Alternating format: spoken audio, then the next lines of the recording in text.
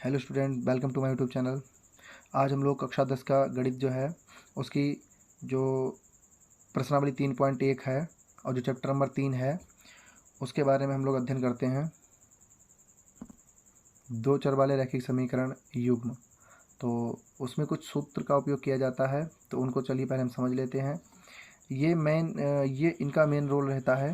हालांकि ये भी चीज़ दे रखी, इनको भी हम बताएंगे अभी। लेकिन यहाँ पर क्या होता है, यदि हम इन समीकरणों के द्वारा a1 और a2 का मान निकालेंगे, यदि वो बराबर नहीं होता है b1 बटे b2 के, उस समय रेखाएं हो जाएंगी प्रतिच्छेद करती हुई। ठीक है, और उनका जो हल होगा वो कैसा होगा, केवल एक हल होगा, जिसको अद्वितीय बोलते हैं। अद्वितीय का मतलब है मतलब नहीं है, द्वितीय मतलब दूसरा, यानी जिसका कोई दूसरा हल नहीं है, केवल एक हल है। नेक्स्ट दूसरा पॉइंट क्या है, यदि a1 बटे a2 बराबर है b1 बटे b2 के और b1 बटे b2 भी बराबर है c1 बटे c2 के, जब तीनों कंडीशंस बराबर होती हैं उस समय रेखाएं कैसी होती हैं, समपाती होती हैं और इनके अपरिमित रूप से अनेक हल होते हैं।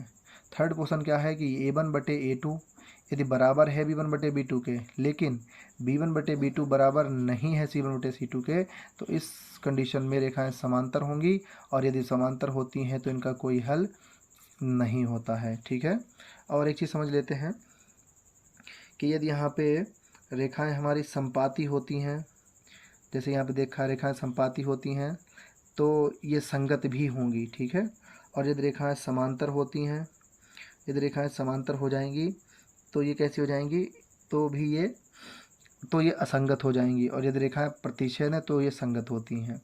चलिए इनको थोड़ा सा एक समझ लेते हैं रफ पर हम लोग। उदाहरण के तौर पर हम ये सवाल ले लेते हैं, 2x प्लस का 3y माइनस 9 बराबर में 0 तथा 4x प्लस का 6y माइनस 18 बराबर में 0। तो यहाँ से हम इनकी तुलना कराएंगे। चलिए a1x plus b1y plus c1 बराबर 0 तथा a2x plus b2y plus c2 बराबर 0 से जब इनकी तुलना कराएंगे तो कुछ मान हमको प्राप्त होंगे। चलिए उन्हें देख लेते हैं।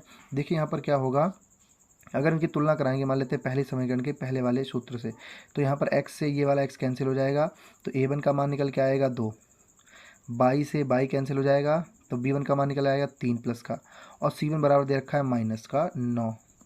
तो चलिए यहाँ पर लिख लिया हमने, a1 का मान 2 है, b1 का मान 3 है और c1 का मान माइनस का 9 है।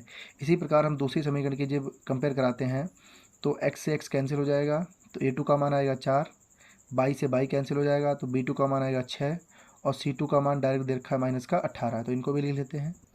तो यहाँ पर a2 का मान 4 आ गया, b2 का मान 6 हो गया, c2 का मान माइनस का 18 आ गया, यानी a1 और a2 सारे मतलब मान निकल आए हैं।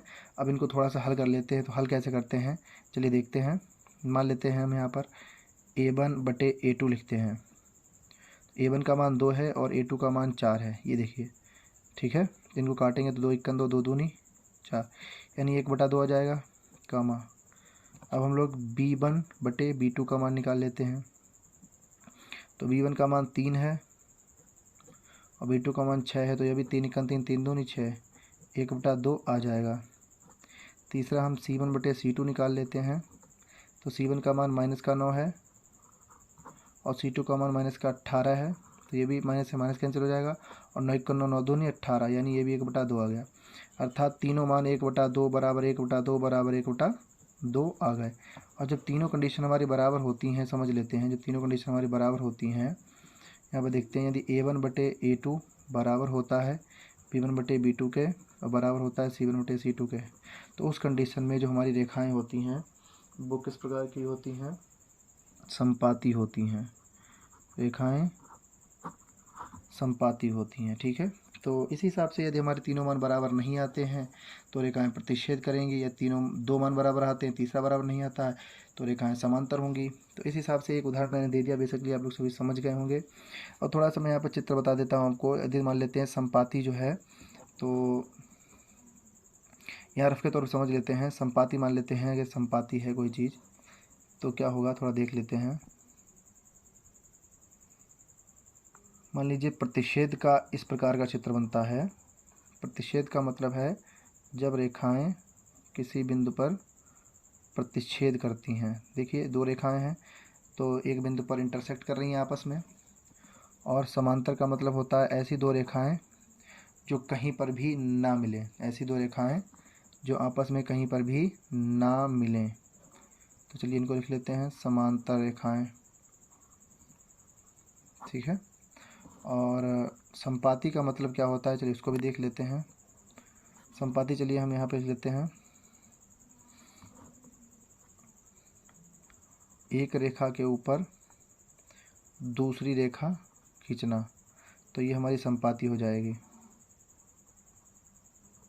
ठीक है। तो संपाती है, तो इस हिसाब से ये इसका जो बेसिक था वो कंप्लीट हो गया है। इसके बाद हम लोग जो है प्रश्नावली 3.1 के सवाल करेंगे। Thank you.